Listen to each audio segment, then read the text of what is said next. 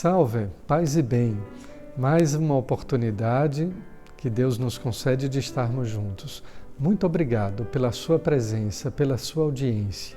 Caminhemos juntos nesses minutos de reflexão, de escuta da Palavra de Deus.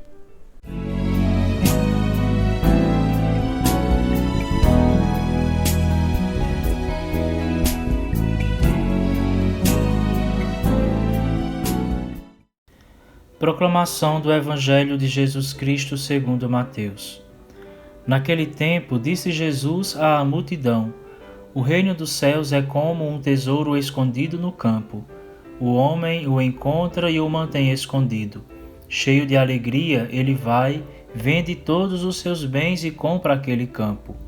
O reino dos céus também é como um comprador que procura pérolas preciosas. Quando encontra uma pérola de grande valor, ele vai, vende todos os seus bens e compra aquela pérola. O reino dos céus é ainda como uma rede lançada ao mar e que apanha peixes de todo tipo. Quando está cheia, os pescadores puxam a rede para a praia, sentam-se e recolhem os peixes bons em cestos e jogam fora os que não prestam. Assim acontecerá no fim dos tempos. Os anjos virão para separar os homens maus dos que são justos e lançarão os maus na fornalha de fogo. E aí haverá choro e ranger de dentes. Compreendestes tudo isso? Eles responderam sim. Então Jesus acrescentou: Assim, pois, todo o mestre da lei, que se torna discípulo do reino dos céus, é como um pai de família, que tira do seu tesouro coisas novas e velhas. Palavra da salvação.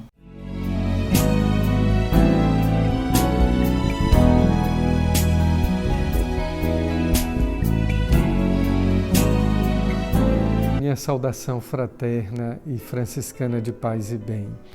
Estamos vivendo as alegrias do 17º domingo do tempo comum. Terceiro domingo em sequência em que Nosso Senhor tem nos falado em parábolas.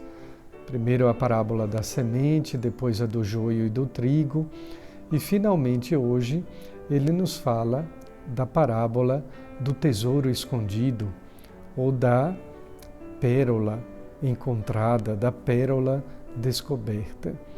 Mas façamos o percurso de toda a liturgia da palavra, que muito tem a ver, inclusive a primeira leitura, com a sabedoria de quem encontra a sabedoria, aliás, de quem procura a grande riqueza da sua vida.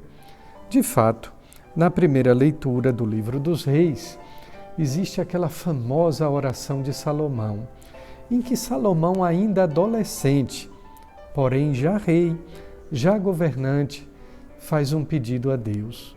Ele não pede para ampliar as suas riquezas, não pede para ampliar o seu poder. Salomão apenas pede que Deus lhe conceda a sabedoria para governar, o discernimento entre o bem e o mal. Mas ainda, Salomão faz um pedido dizendo a Deus que tivesse o coração do seu servo, um coração compreensivo. Geralmente nós compreendemos pela razão, ou achamos que compreendemos pela inteligência. No entanto, Salomão pede a Deus uma inteligência que não é aquela emocional. Ele pede uma sabedoria, um coração capaz de compreender. Diz o texto do livro dos Reis que Deus muito se agradou com a oração de Salomão. Eu fico pensando que nós tantas vezes não nos preocupamos em agradar a Deus. Às vezes queremos agradar as pessoas, especialmente aquelas com as quais nós convivemos ou trabalhamos. Queremos agradar as pessoas, queremos agradar ao mundo e esquecemos que primordialmente ou essencialmente devemos agradar a Deus. Agradar a Deus significa ter um coração que ama, um coração que busca, acima de tudo, não ideologias, mas busca a salvação. Aliás, todo o capítulo 8º da carta que São Paulo escreveu ao povo de Roma, aos romanos da sua época, possui essa sabedoria espiritual.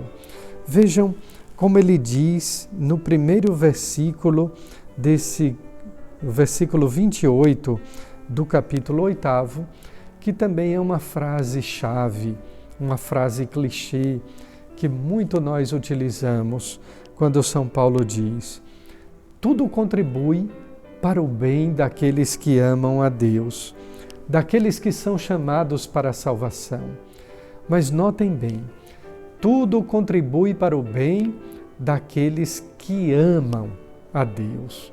Não é um bem aleatório, não é um bem lançado como pérolas aos porcos, é o bem daqueles que amam a Deus.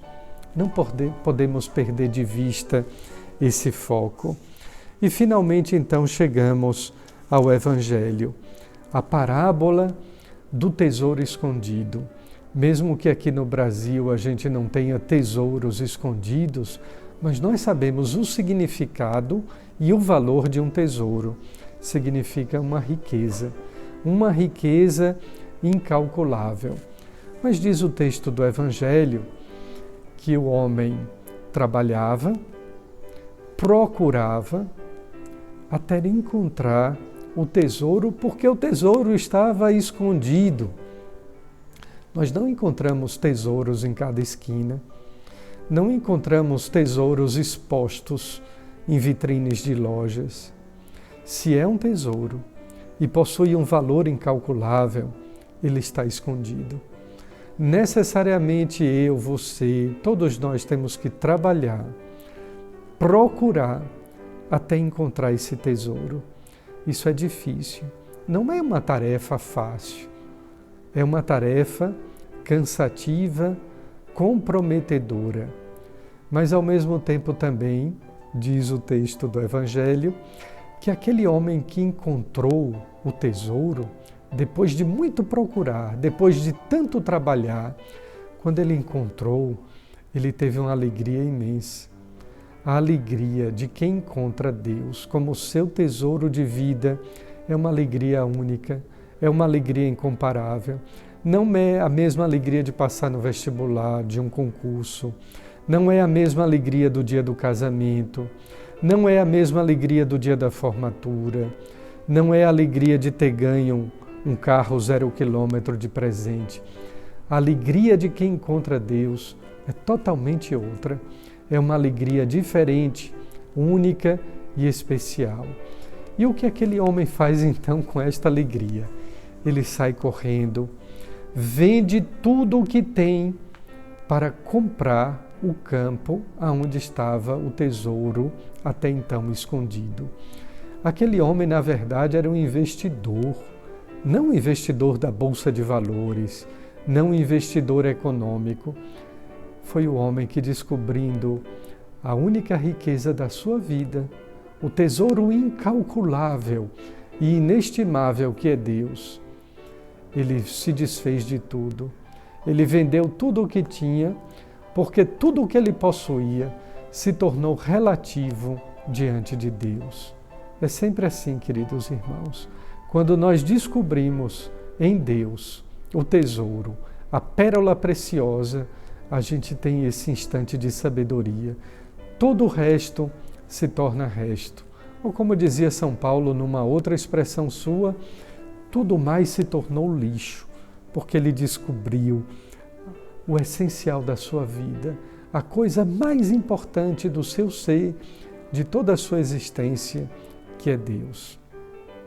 Que Ele possa ser para você, em sua vida, este tesouro, mas que você possa também trabalhar, procurar, até você achar no seu dia a dia, na sua existência, esse tesouro escondido, mas que se abre para você.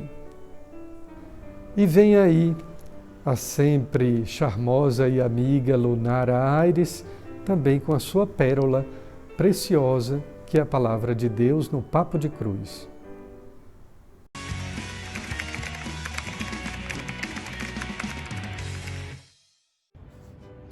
Oi gente, tá começando mais um Papo de Cruz e nesse dia eu quero falar para vocês um pouquinho sobre as inquietações que a gente vive, em especial na nossa geração. Os jovens, vivem muito inquietos e para começar, vocês sabem que o importante, o principal de tudo é estar fundamentado, é estar ligado à palavra de Deus, que é a nossa fonte de vida. Eu peço que, por favor, quem tá com a palavra, abra no Evangelho de Mateus, no capítulo 6, no versículo 33, é bem no finzinho do capítulo, tá? E é uma passagem super conhecida nossa. Buscai em primeiro lugar seu reino, sua justiça, e todas essas coisas vos serão acrescentadas. Não vos preocupeis, portanto, com o dia da manhã, pois o dia de amanhã se preocupará consigo mesmo. A cada dia basta o seu mal. Nessa passagem que eu amo, que em especial é muito forte na minha vida, por ser uma pessoa extremamente agitada, eu também sofro com o dilema da ansiedade, de querer que tudo aconteça na hora muitas vezes, de querer que tudo aconteça do meu jeito, de querer que tudo aconteça com a minha ótica, com a minha visão. Mas essa passagem nos apresenta duas realidades. Primeira, a gente não precisa se preocupar com o excesso, com as outras coisas, com as demais realidades da nossa vida. A nossa preocupação primeira, a nossa preocupação inicial deve ser primeiro, sobretudo, à frente de todas as coisas, buscar o seu reino, viver o seu reino, entender mais sobre o seu reino, entender mais sobre a sua visão, sobre a sua ótica para a nossa vida. E aí sim, com muita clareza, com muita tranquilidade, todas as coisas nos serão acrescentadas. Deus, ele é um pai zeloso, ele é um pai que se preocupa com os seus filhos do começo ao fim. Ele não deixa nenhuma ponta solta, ele não deixa nenhuma aresta por aparar. Se a gente confia, se a gente agrada a ele, se a gente busca o reino dele em primeiro lugar, isso alegra o seu coração e faz também com que ele olhe para nós com um olhar de cuidado extremo. Ele vai te dar tudo o que você precisa, você só precisa confiar, você só precisa acreditar. E isso não é uma demagogia, isso não é uma teoria, isso é uma realidade de uma pessoa que vive e tenta viver e luta para viver a cada dia a confiança em Deus. E o segundo ponto que essa palavra também nos fala é com as inquietações que a gente tem, A gente costuma se preocupar demais, a gente está antecipando demais a preocupação, a realidade do dia seguinte, o que vai acontecer, porque eu tenho isso para fazer, eu tenho conta para pagar, aí eu tenho que dar conta de filho, eu tenho que dar conta de escola, de marido, de tudo. Calma. A gente precisa entender que Deus, ele é calmaria, Deus, ele é tranquilidade, Deus, ele é segurança, Deus, ele é precisão. E ele não é aquele que gosta de ver uma tempestade em nós. Jesus, ele é aquele que, enquanto caminhava na terra, ele acalmou a tempestade. O Filho de Deus, ele acalmou a tempestade. E isso deve ser tomado na nossa realidade. Deus não quer um coração inquieto, um coração perturbado, um coração agitado. Até porque à medida que a gente olha para o dia seguinte, a gente deixa de contemplar as graças que Deus derrama no dia presente. Então, para hoje, para essa nossa partilha, que fique registrado em primeiro lugar, busque o reino de Deus, busque tudo que é do entendimento do coração de Deus, busque tudo aquilo que Deus deseja falar a você. E a segunda observação sobre essa passagem de hoje é que você não precisa se inquietar, se agitar, deixar o seu coração confuso, porque isso não é um coração agradável aos olhos de Deus. Esse coração não corresponde à realidade de um filho de Deus que conhece a potência, que conhece o cuidado do Deus a quem nós servimos. Então, busque o reino de Deus sobre todas as coisas e todas as outras coisas vos serão acrescentadas, e viva a calmaria de cada dia. Observe a graça que Deus derrama a cada dia e não a tempestade que pode acontecer no dia seguinte. Amém? Por hoje eu encerro minha participação aqui no Papo de Cruz.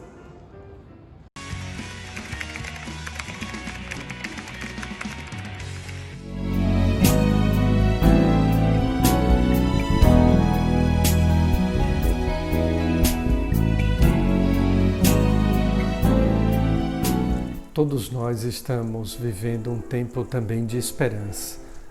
Alguns vivem um tempo de ansiedade pela vacina, mas a esperança nunca decepciona, porque nós esperamos em Deus, que tudo pode, é o Deus do impossível. Que por intercessão de sua mãe, Maria Santíssima, desça sobre cada um de nós, sobre os nossos lares e as nossas famílias, a bênção amorosa e protetora de nosso Deus. Pai, Filho e Espírito Santo. Amém.